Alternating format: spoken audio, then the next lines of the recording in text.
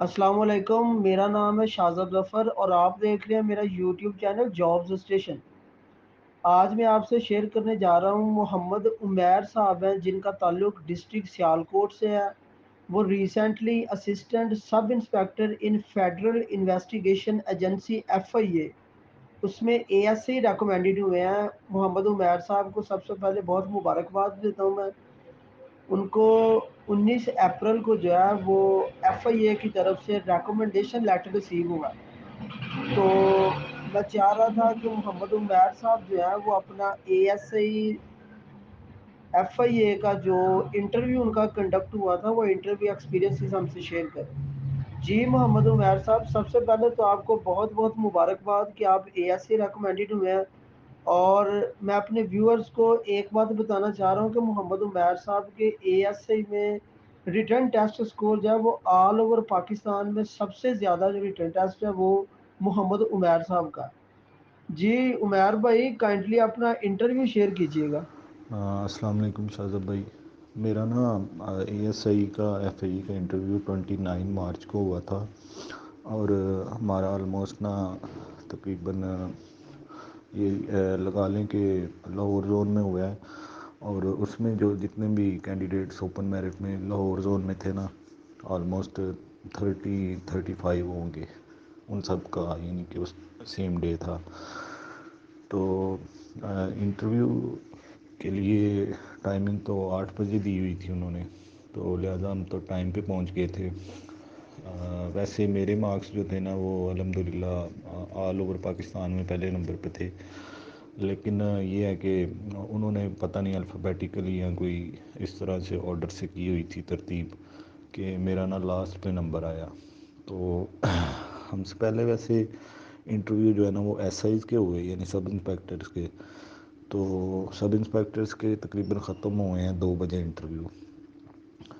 تو اس کے بعد ہمارے ASIs کے سٹارٹ ہوئے، تو ASI کی میری باری آئی تقریباً رات کے کوئی 7:30 بج چکے تھے۔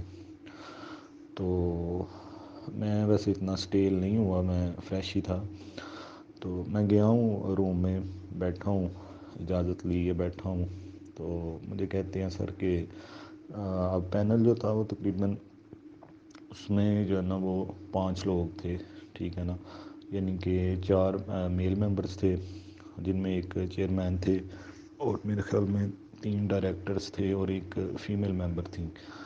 تو مجھے انہوں نے کہا کہ بیٹھ جائیں۔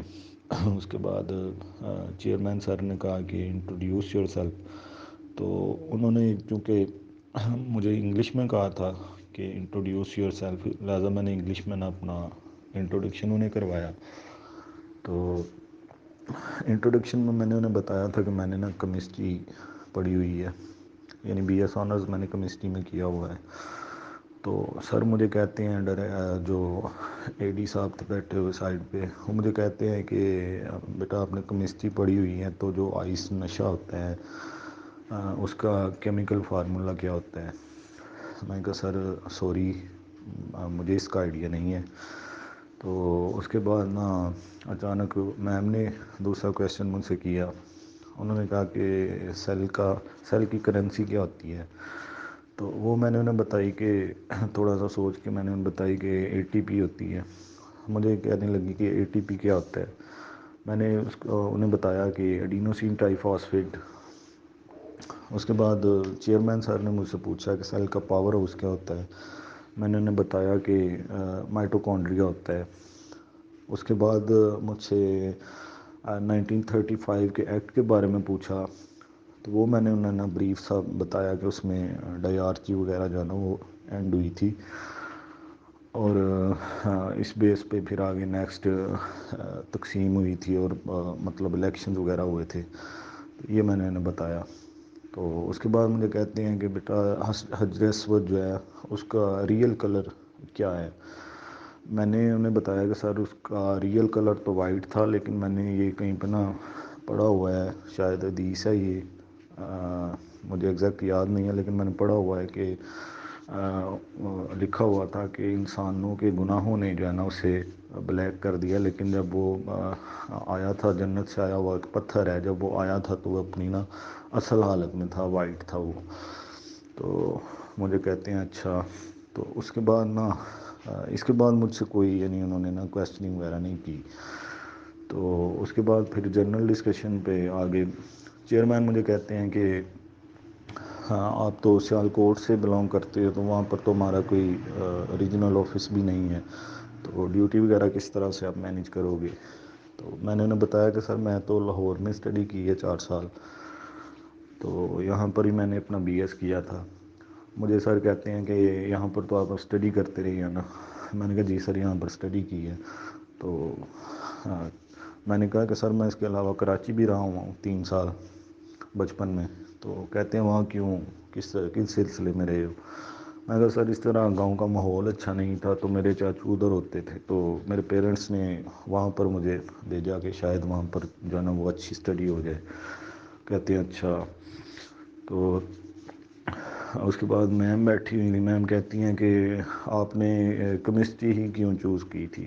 تو میں نے انہیں بتایا کہ میرے نا کوئی گائیڈنس نہیں تھی، اور ویسے بھی میرے نا کوئی سبجیکٹس مطلب دیکھیں فزکس وغیرہ اور میتھمیٹکس اور اس طرح کے نا انالیٹیکل سبجیکٹس میرے ویک تھے، جس وجہ سے مجھے کیمسٹری بیسٹ آپشن لگا، تو میں نے اسے چوز کیا. تو مجھے کہتی ہیں کہ آپ نے وہ ریسرچ کی ہوئی ہے یا پیپر ورک کیا ہوا ہے. تو میں نے بتایا کہ میں نے نا پیپر ورک کیا ہوا ہے. میم کہتی ہیں ریسرچ آپ نے کیوں نہیں چوز کی.